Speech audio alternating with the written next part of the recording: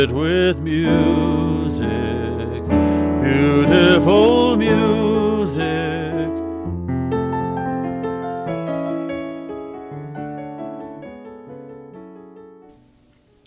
Hello, I'm Fred Miller, and this is yet another lecture in song. A little background on my musical life. It goes back to my childhood in Albuquerque, New Mexico, where I had the good luck to have a wonderful classical piano teacher.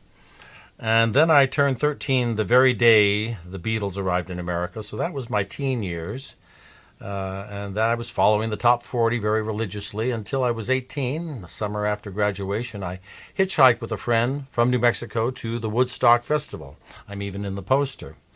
I went to college very briefly, got in my VW bug, went all over the United States, and then finally settled in Greenwich Village. And at some point, somebody gave me an album of Ella Fitzgerald singing Cole Porter, and I knew that was it. Here I am. American popular song. Gershwin, Porter, Kern, Rogers, Berlin, Fred Astaire, Judy Garland, Ethel Merman, Frank Sinatra, Bing Crosby.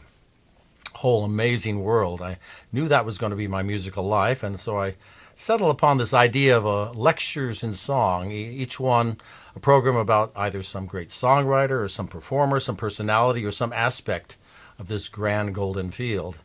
I started with 6 programs, and to date I have 75 different programs, each one described in detail at fredmillermusic.com. The program here falls under the category not of songwriters specifically, or performers, or holidays, or history, or whatever. I would call it a novelty, one of my novelties. I call it Great Dames, a sheet music gallery of storied ladies, shady, pure, and otherwise. These are saints and sinners and sirens of mystery, or their mothers and daughters and sister wives or mistresses, and every one of them has a story, and every one of them stars in their own American popular song. Half of the human equation here. Idealized on a pedestal at times. Sweet Adeline, my Adeline, at night, dear heart, for you I pine. In all my dreams, your fair face beams. You're the flower of my heart, sweet Adeline, sweet Adeline.